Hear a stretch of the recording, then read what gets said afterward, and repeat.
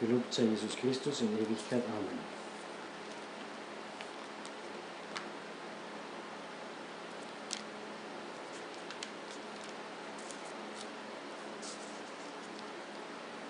Giovanni Battista. Merci.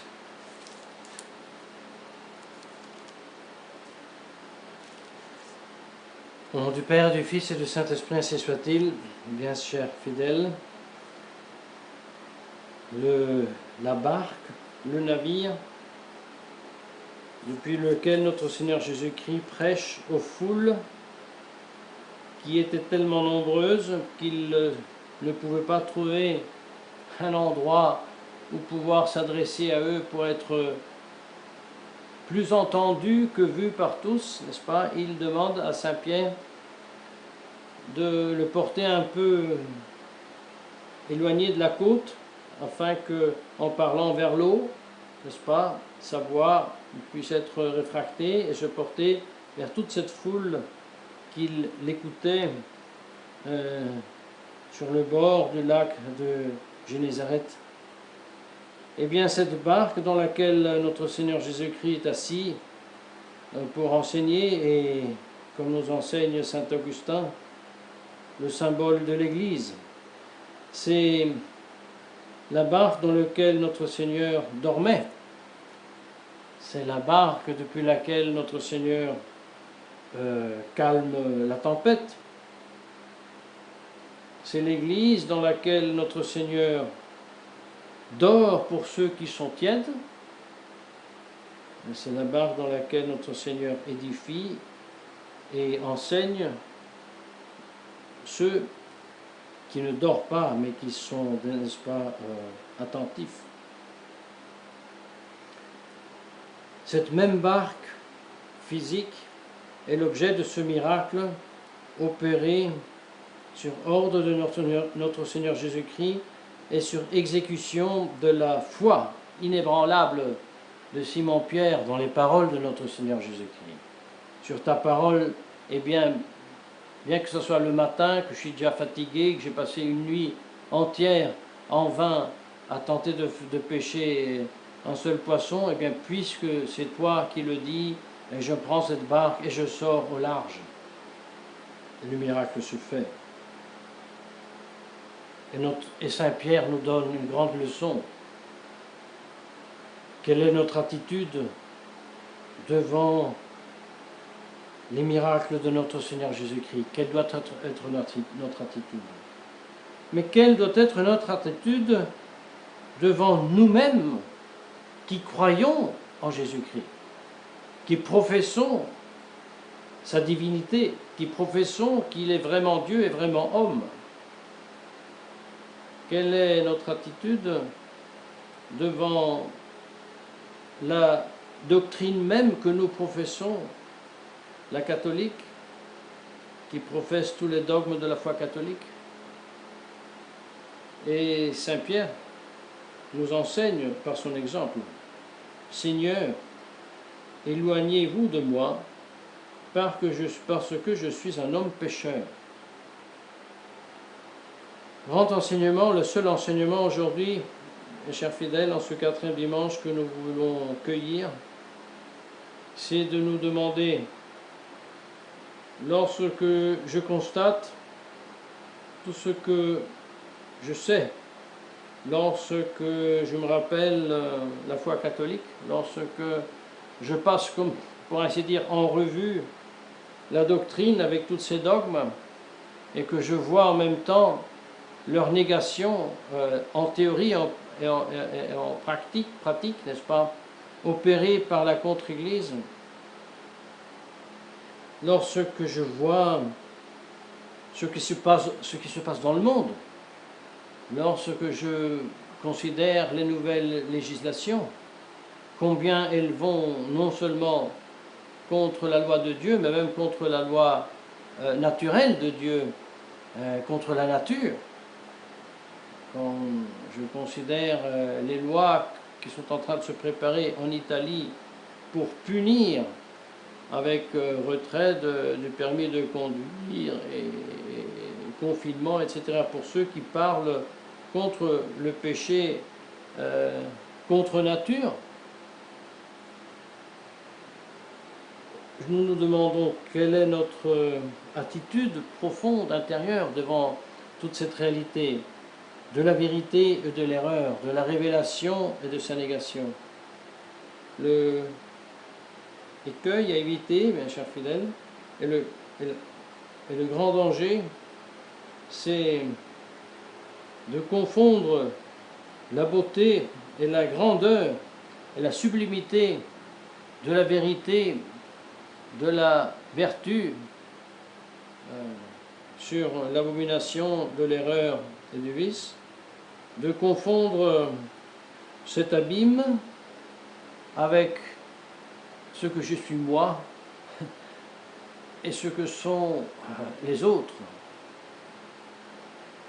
Le péril, c'est de me voir moi comme homme supérieur à tous ces pécheurs qui pêchent, qui blasphèment Dieu, et de sentir un mépris pour eux qui ne serait pas le mépris requis par l'évangile du péché et de l'erreur, mais ce serait le mépris suggéré par l'orgueil qui me fait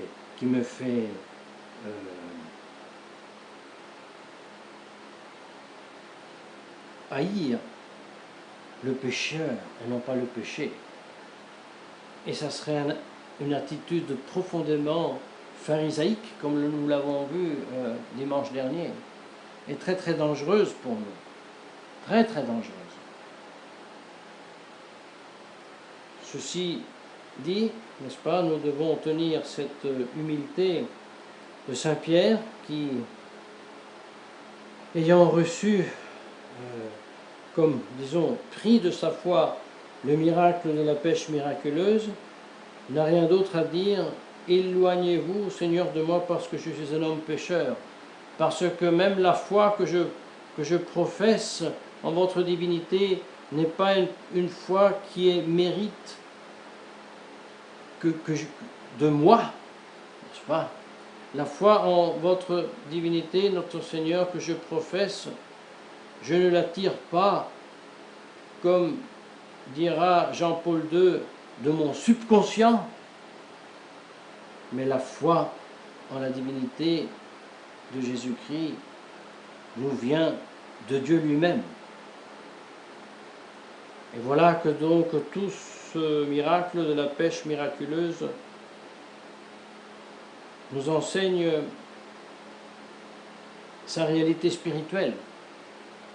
Lorsque saint Augustin lui-même nous dit, Jésus prêchait et les gens écoutaient. Et comme ça, dit saint Augustin, moi aussi, je vais au large sur la parole de notre Seigneur Jésus-Christ. Qu'est-ce que ça veut dire? Aller au large, au loin. Duc in altum. Sinon de considérer les insondables profondeurs du mystère de Dieu. Et il ajoute, moi, je n'étais pas présent lorsque le Fils de Dieu est né du Père. Mais, dit-il, j'étais présent quand je l'ai entendu, quand je l'ai ouï. J'ai pas vu, mais j'ai ouï. La vue peut me tromper, mais l'ouïe, non. Et qui a dit que le Fils est engendré par le Père? Le Christ. Qui est le Christ? Il est Dieu. Donc, je suis certain que c'est vrai, parce que c'est que Dieu qui l'a révélé. Et je crois ce que je n'ai pas vu. C'est comme ça que fides ex auditum. Le peuple reçoit la foi et l'entend, parce que le Christ les met en condition de les ouïr. Il s'éloigne de la côte, n'est-ce pas? Il parle sur l'eau qui reflète les ondes acoustiques et fait ainsi que tout le monde puisse l'entendre. Et ceux qui ont reçu la foi sont bien conscients que c'est quelque chose qu'ils n'ont pas mérité, c'est un don. Nous n'avons pas mérité la rédemption. Nous n'avons pas mérité de devenir catholiques. Nous n'avons pas mérité d'être baptisés. Ce sont des dons de Dieu. Eh bien, chers fidèles, dans cette bataille que nous sommes en train de mener contre le géant Goliath, si nous vous voulons, n'est-ce pas, aujourd'hui au bréviaire, nous lisons le vraiment petit David qui abat le géant, parce qu'il était vraiment un géant, n'est-ce pas? Les fameux géants qui existaient, n'est-ce pas, dans l'Antiquité, ils existaient vraiment. Et là, on voit que le Goliath était un de ces géants qui faisait de grands guerriers pour les Philistins, n'est-ce pas? Eh bien, ce petit David, il se fonde uniquement sur la grandeur de Dieu et sur la toute-puissance de Dieu, et se content, après avoir refusé des armes, des boucliers, des scouts, il a tout refusé, il prend simplement son bâton et ses pierres, la croix et la pierre qui est le Christ lui-même, et au nom de ce Christ, et avec cette pierre, il abat le géant. Eh bien, chers fidèles, ceci doit être notre attitude aujourd'hui. Le géant aujourd'hui ne s'appelle pas Goliath, nous pouvons l'appeler Gog, Magog. C'est le monde. C'est Gog et Magog qui meuvent la guerre contre Israël. Non pas l'État fondé en 1948, mais la vraie Israël. La vraie Israël, le vrai Israélite, c'est celui qui croit en notre Seigneur Jésus-Christ, qui professe sa divinité. La nouvelle Jérusalem, qui est descendue du ciel, qui est la cité de Dieu, qui est le corps mystique de notre Seigneur Jésus-Christ, c'est l'Église catholique, apostolique, divine et humaine, visible et invisible, avec une vraie hiérarchie instituée par notre Seigneur Jésus-Christ, avec des sacrements vrais et valides. C'est ça, Israël combattu par le monde. Non pas l'État fondé en 1948, et même pas la fausse Église qui n'a même plus de sacerdoce et qui pratiquement n'a plus de sacrement, et surtout ne professe pas la foi en Jésus-Christ. Mais toutes ces réalités qu'il nous est donné, il faut le dire comme ça, de connaître, de professer, toutes ces réalités ne sont pas un mérite, et ce ne constitue donc pas un titre de se glorifier, et ce ne constitue pas une raison de mépriser ceux qui cela ne savent pas. N'est-ce pas? Et c'est pour cela le grand danger pour nous, aussi peut-être par réaction, c'est de mépriser toute cette masse masquée inutilement, n'est-ce pas, si on veut parler de cette fameuse histoire du soi-disant virus. Le grand danger pour nous, c'est de mépriser la masse ignorante. Et ça serait totalement se tromper sur notre raison d'être catholique. Très important, mes chers fidèles. Je pense quatrième dimanche après la Pentecôte doit être ce dimanche où nous demandons cette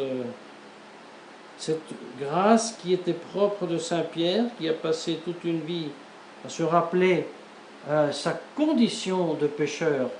Même ne péchant plus, comme le roi David. Le roi David, il a passé toute sa vie à pleurer sa faiblesse. C'est le secret aussi de la joie, de la paix intérieure, de tous les vrais fils de Dieu, tous ceux qui sont meus par le Saint-Esprit, tous ceux qui sont vraiment unis à notre Seigneur Jésus-Christ. Nous devons demander, par intercession de la très sainte Vierge Marie, d'être remplis de cet esprit d'humilité sainteté qui est propre à Saint Pierre, à David, mais aussi, bien sûr, à tous les grands saints, Saint Jean-Baptiste que nous avons à peine fêté dans la table à laquelle nous sommes, et enfin, bien sûr, aussi de Saint Paul. Que la très sainte Vierge Marie nous vienne en aide, au nom du Père et du Fils, du Saint-Esprit, ainsi soit.